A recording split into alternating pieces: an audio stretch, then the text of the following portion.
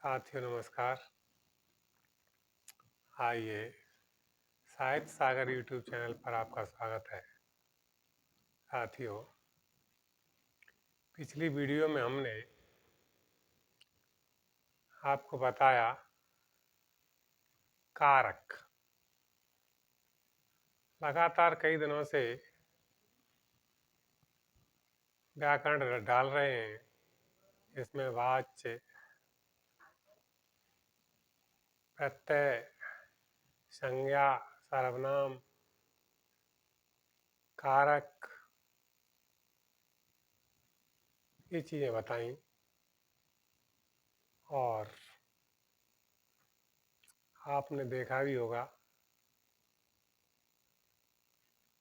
तो आज हम लेते हैं विशेषण। विशेषण किसे कहते हैं तथा विशेषण कितने प्रकार के होते हैं। तो देखिए, विशेषण संज्ञा व सर्वनाम शब्दों की विशेषता बताने वाले जो शब्द होते हैं उन्हें हम विशेषण कहते हैं।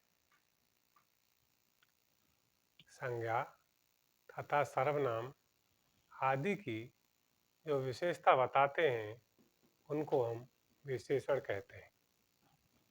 तो आज हिंदी में विशेषण परिभाषा लेते हैं। पहले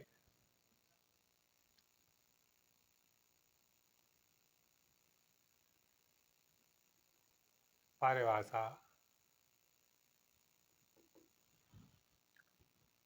विशेषण किसे कहते हैं?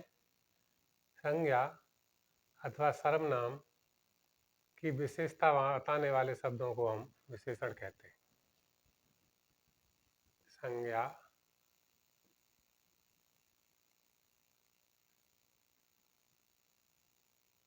या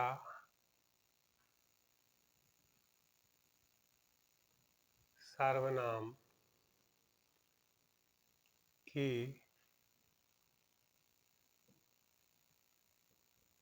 विशेषता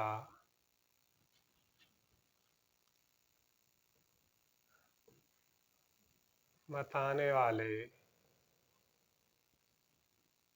शब्दों को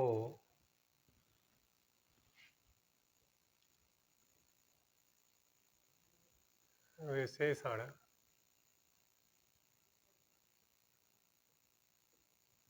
कहते हैं। वे शब्द जो संज्ञा तथा सर्वनाम की विशेषता बताते हैं विशेषण कहलाते हैं। जैसे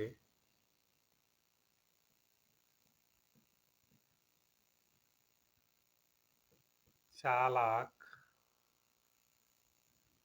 बालक।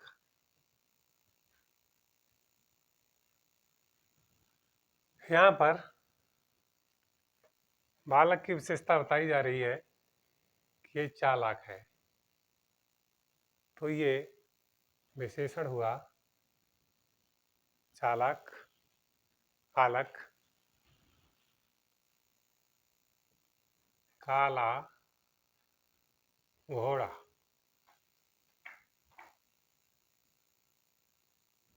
तो यहाँ पर घोड़ा घोड़ा कैसा है? काला, अर्थात ये काले रंग का घोड़ा है।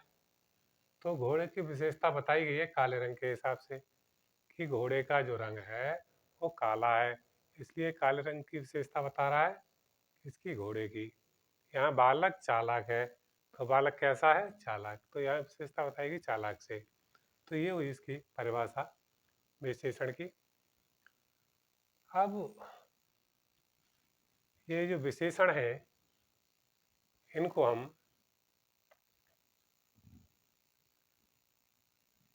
संज्ञा की जो विशेषता बताते हैं उन्हें कहते हैं संज्ञा विशेषण। देखिए यहाँ पर संज्ञा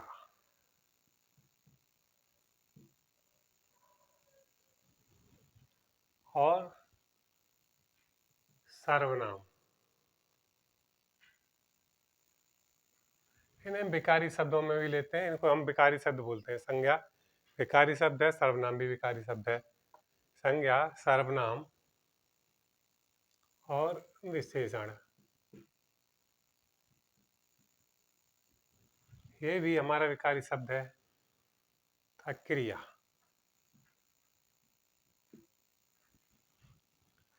अब आप देखिए हमने ये 4 चीजें लिखी यहाँ पर, चारों हमारे विकारी शब्दों में आते हैं। संज्ञा है, सर्वनाम है, विशेषण है और क्रिया। आपने देखा किसी प्राणी, वस्तु अथवा नाम के स्थान को संज्ञा कहते हैं। सर्वनाम वे शब्द जो संज्ञा के स्थान पर प्रयोग किए जाते हैं सर्वनाम कहलाते हैं। विशेषण जो संज्ञा और सर्वनाम इन दोनों की विशेषता बताते हैं विशेषण कहलाते हैं। क्रिया कार्य करने को ही क्रिया कहते हैं। तो यहाँ से है ये हमारी परिभाषा भी इसी में से बन जाती है।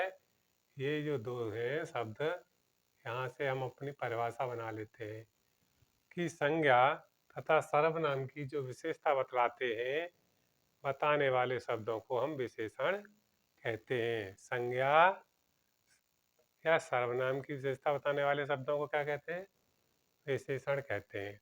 अब इसमें हम लगा देते हैं आगे संज्ञा विशेषण, विशेषण यहाँ पे सर्वनाम विशेषण और ये है विशेषण। तो इसके आगे हम लगाते हैं विशेषण,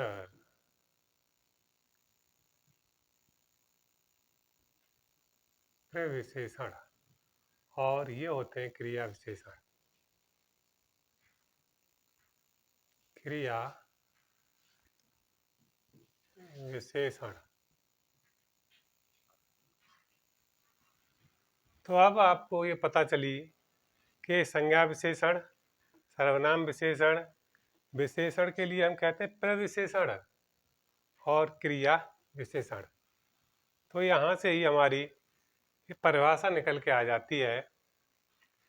संज्ञा विशेषण, सर्वनाम विशेषण, विशेषण को प्रविशेषण कहते हैं और क्रिया के लिए क्रिया विशेषण कहते हैं। क्रिया विशेषण। अब आइए विशेषण, जैसे उपमा अलंकार होता है। हम पद्य में अलंकारों को, जो काव्य होता है हमारा, उसमें अलंकार काव्य की शोभा बढ़ाते हैं। अलंकार काव्य की शोभा बढ़ाते हैं तो उन्हें हम अलंकार कहते हैं, और गद्य में जो गद्य की शोभा बढ़ाते हैं उन्हें हम विशेषण कहते हैं। आप समझिए कि जब काव्य की शोभा बढ़ती है उसे अलंकार कहते हैं, और गद्य की शोभा बढ़ती है उसे क्या बोलते हैं? विशेषण बोलते हैं। जैसे तो उसमें आता है यमक अलंकार, यमक अलंकार आता है, यमक, यमक। और इसी में आता है एक रूपक अलंकार, रूपक अलंकार। तो ये जो रूपक अलंकार है, इसमें एक उपमेय होता है, दूसरा उपमान होता है। एक तो होता है उपमेय, रूपक अलंकार में एक होता है उपमेय और दूसरा होता है इसी में उपमान। उपमान, उपमेय था उपमान। तो यहाँ पर क्या की जाती है? तुलना की जाती है। रूपक,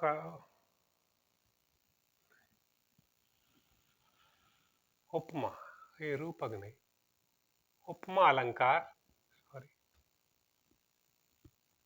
यहाँ पर उपमा अलंकार, उपमा। तो इसमें उपमा अलंकार में उपमेय एक होता है, उपमेय, दूसरा होता है उपमान।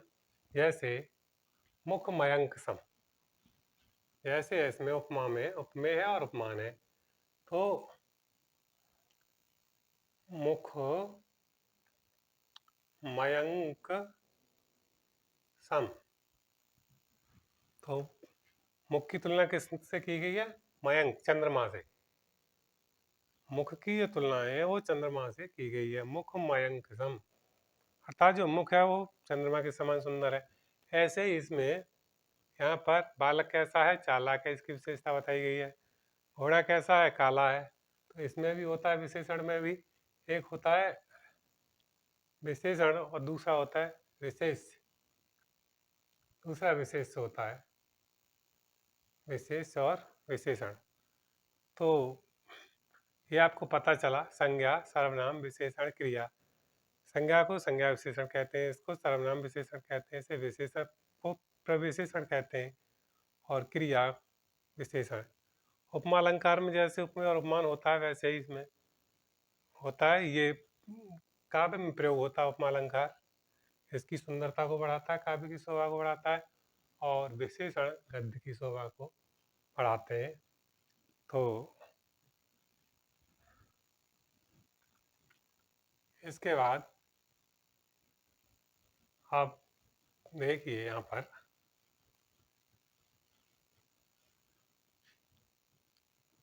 ये जो है कितने प्रकार के होते हैं?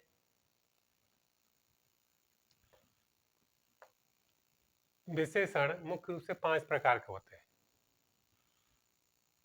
विशेषण, विशेषण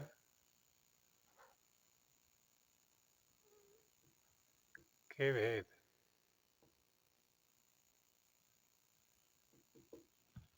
ये मुख्य रूप से ये मुख्य रूप से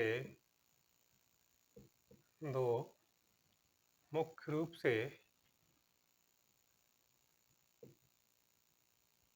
5 प्रकार के होते हैं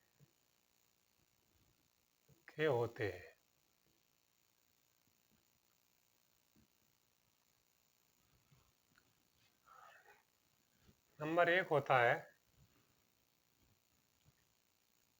गुणवाचक।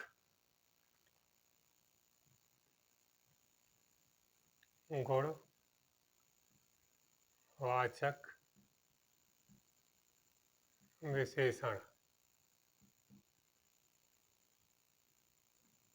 नंबर 2 होता है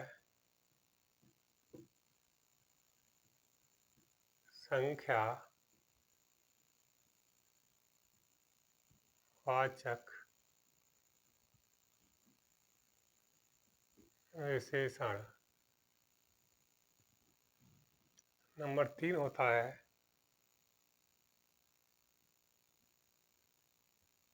परिमाण वाचक विशेषण। और नंबर 4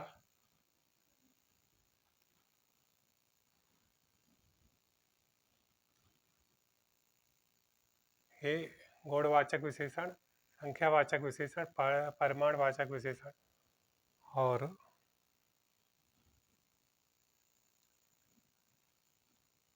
संख्या में इसमें व्यक्ति वाचक विशेषण। व्यक्तिवाचक विशेषण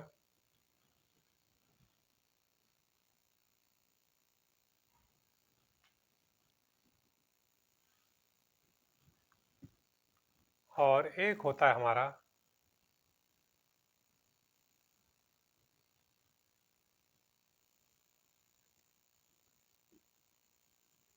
संकेत वाचक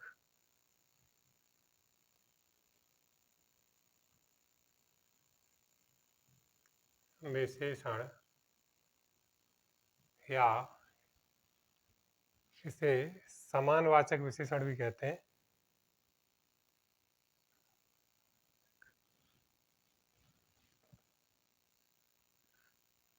सार्वनामिक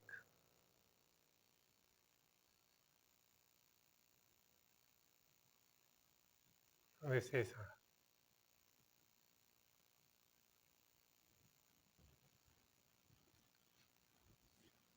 तो ये हमारे विशेषण हैं 5 प्रकार के। इनके जो भेद है वो 5 हैं: गुणवाचक विशेषण, संख्यावाचक विशेषण, परिमाणवाचक विशेषण, व्यक्तिवाचक विशेषण, संकेतवाचक विशेषण या सर्वनामिक विशेषण। अब हम सबसे पहले लेते हैं गुणवाचक विशेषण। ये जो गुणवाचक विशेषण होते हैं वे शब्द, इनकी परिभाषा लेते हैं गुणवाचक विशेषण की। तो वे शब्द जो संज्ञा अथवा सर्वनाम के गुणों का बोध कराते हैं,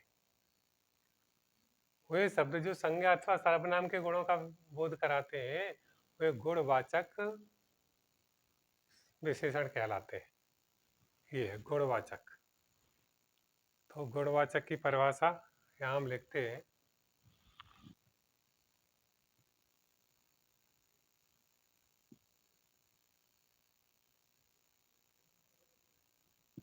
गुणवाचक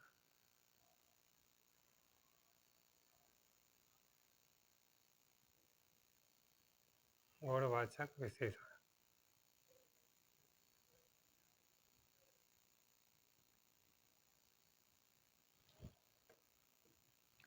वे शब्द जो हमें संज्ञा अथवा सर्वनाम के गुणों का बोध कराते हैं, वे शब्द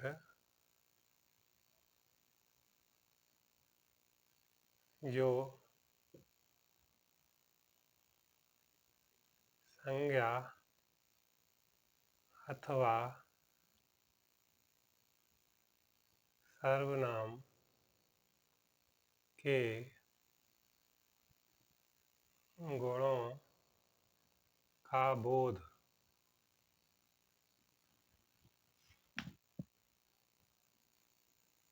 कराते हैं, गुणवाचक विशेषण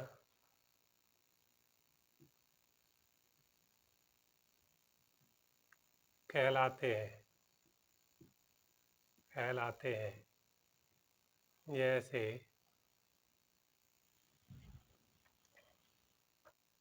सत्य,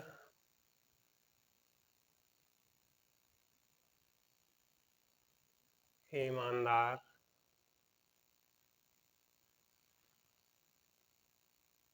ईर्ष्या,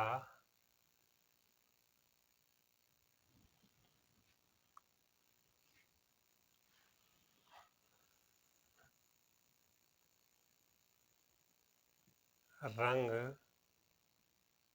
रूप, आकार आदि। ये गुणवाचक जो विशेषण होते हैं ये वो होते हैं जो हमें संज्ञा सर्वनाम के गुणों का बोध कराते हैं। जैसे रूप है, रंग है, आकार है, सत्य है, ईमानदारी है, ईर्ष्या है। इसमें दोष भी आते हैं और गुण भी आते हैं, दोनों आते हैं। गुणवाचक में दोष भी आते हैं और ये अच्छे गुण भी आते हैं और बुरे गुण भी आ जाते हैं। आकार, जैसे इसमें सत्य है, अहिंसा है, ईमानदारी है, कर्तव्य निष्ठा है और ईर्ष्या में जलन है, द्वेष है आदि गुण आते हैं।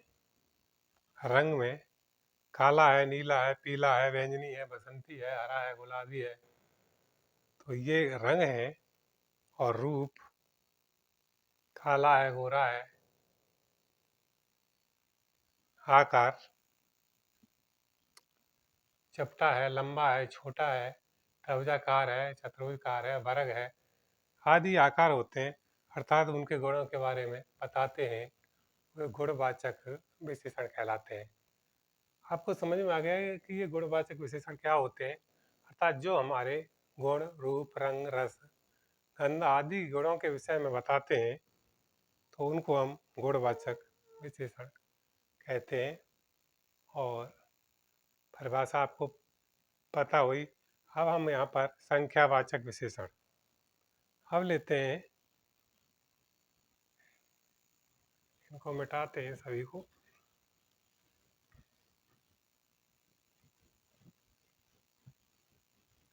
संख्यावाचक विशेषण, चलो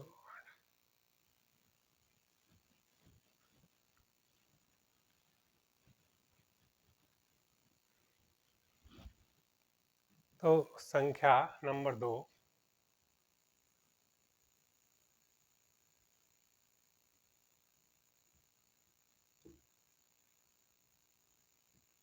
संख्या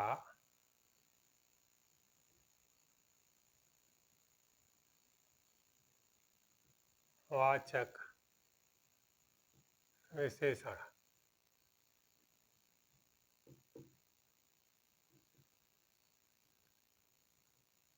संख्यावाचक विशेषण से संज्ञा सर्वनाम के जो वे शब्द जो संख्या का बोध कराते हैं, संख्यावाचक सर्वनाम कहलाते हैं। संज्ञा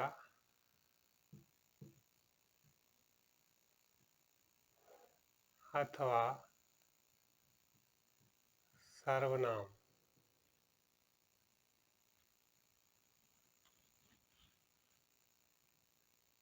के शब्दों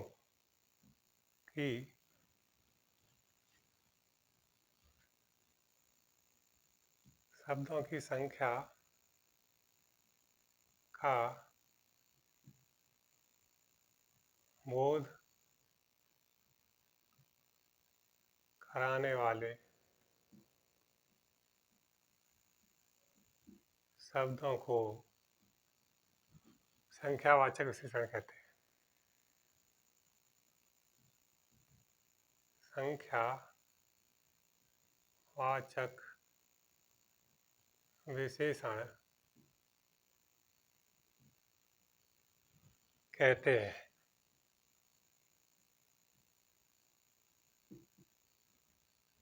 जैसे 1, 100,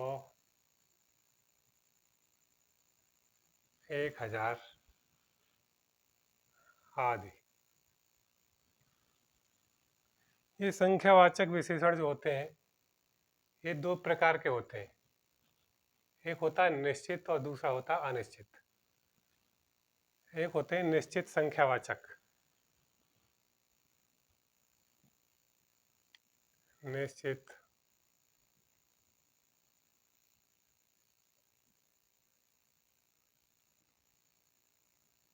संख्यावाचक।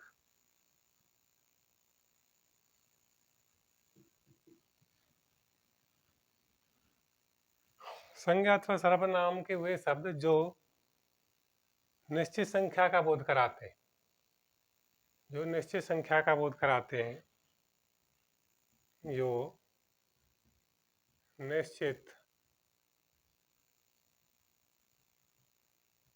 संख्या का बोध कराते हैं,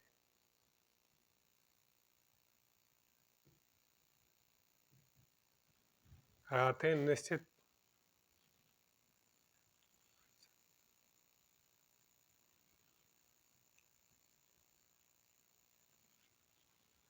निश्चय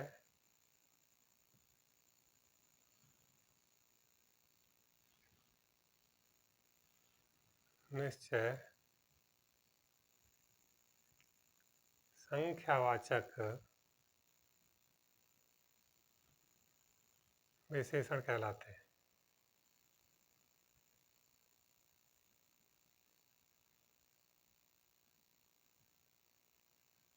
कहलाते हैं। जैसे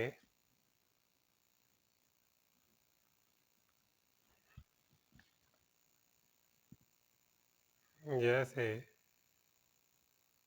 1, 10 ऐसे लिख लेते हैं शब्दों में। 10,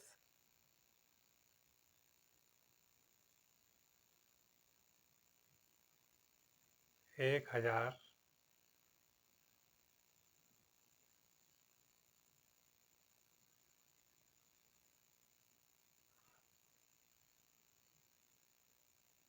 10,000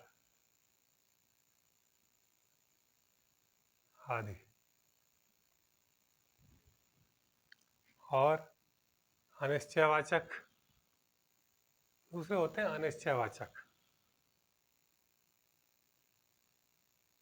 अनिश्चयवाचक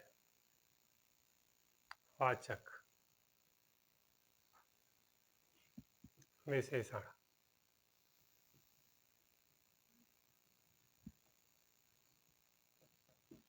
इसमें हम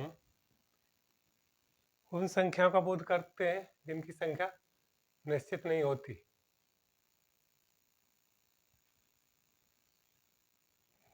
लगभग होती है। उन्हें हम अनिश्चयवाचक के अंतर्गत रखते हैं। जिनकी संख्या निश्चित नहीं होती उन्हें अनिश्चयवाचक कहते हैं। जैसे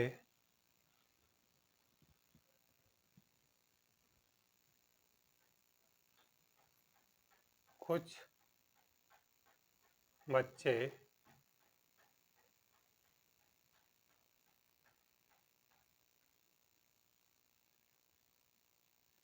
कुछ हाथी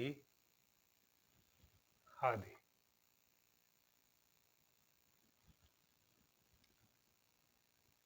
इसमें ही गणना बोधक जिनकी गणना की जाती है, इसमें 3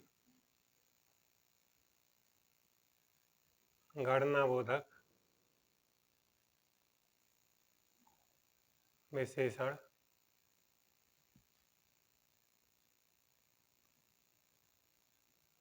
इस गणना बोधक में जिनकी गणना की जाती है 1,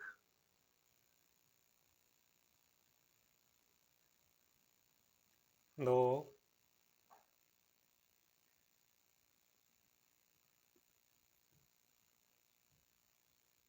4, तिहाई, सवा आदि। अब इसमें हम लेते हैं क्रम बोधक।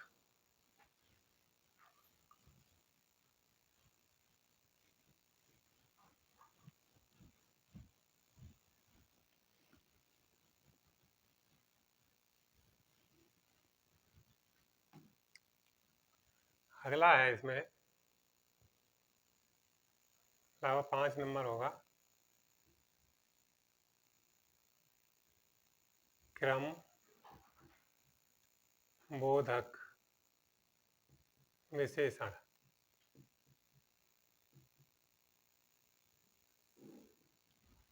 क्रम बोधक विशेषण में संज्ञा अथवा सर्वनाम के वे शब्द जो गणना करने में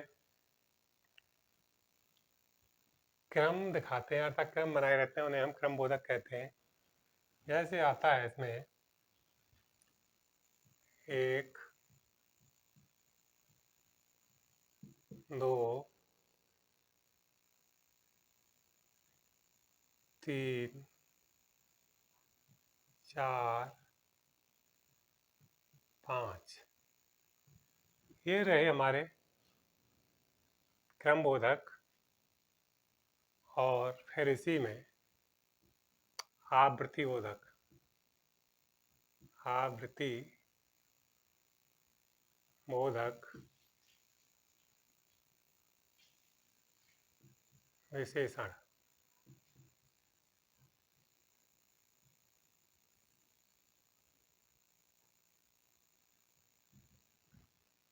इस आवृत्ति बोधक में वे शब्द आते हैं, संज्ञा अथवा सर्वनाम के वे भेद आते हैं जो हमें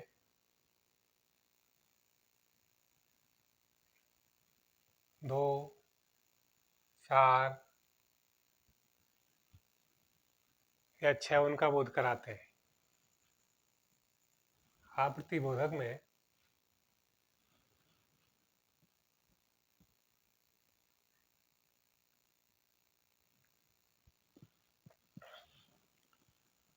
जैसे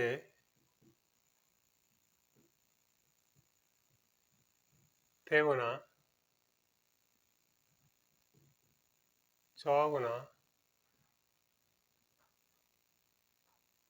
आठ गुना।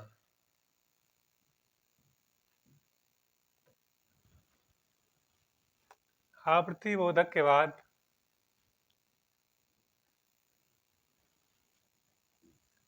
समूह बोधक, समूह बोधक।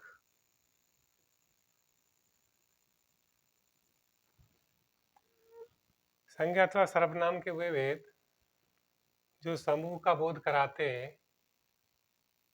उन्हें हम समूह बोधक कहते हैं। जैसे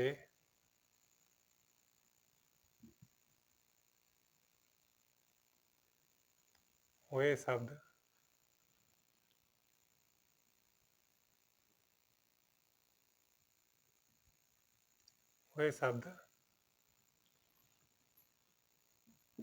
जो समूह का बोध कराते हैं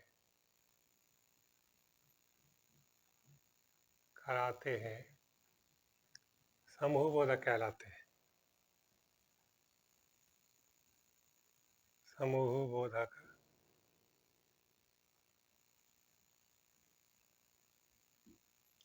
विशेषण कहलाते हैं।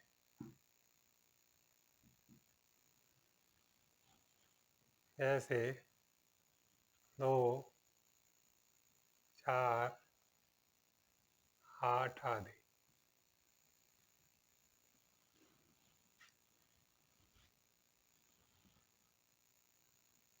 नंबर 8, प्रत्येक बोधक विशेषण।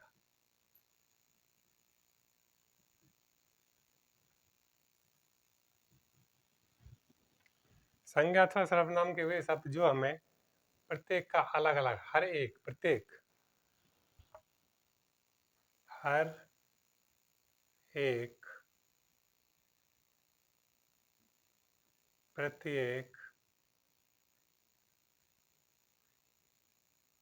अलग अलग करके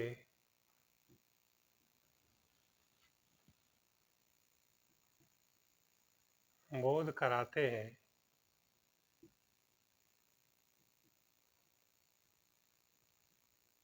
कराते हैं, उन्हें हम प्रत्येक बोधक कहते हैं, बोधक विशेषण कहते हैं।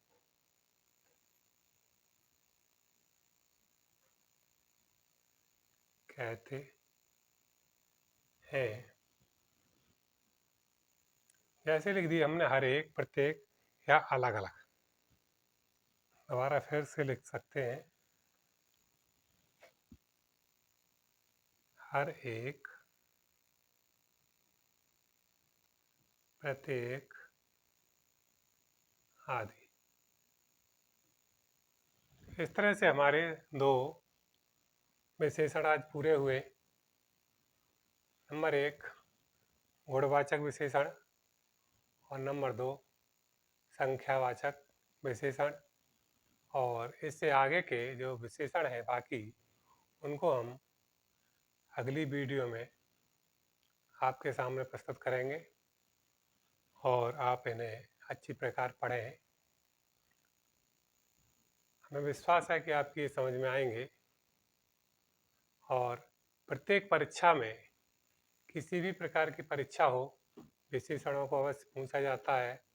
प्रत्येक परीक्षा में ये 2 नंबर के आते हैं। अतः आपको इनकी तैयारी अच्छी प्रकार करनी चाहिए और भी अच्छा आगे को बताएंगे, पढ़ाएंगे। आप पढ़ते रहें, खुश रहें, प्रसन्न रहें और हमारी वीडियो को शेयर करें, कमेंट्स करें, सब्सक्राइब करें, जिससे आपको और भी वीडियो मिलती रहे। इनके लिए आप सभी को धन्यवाद। जय हिंद।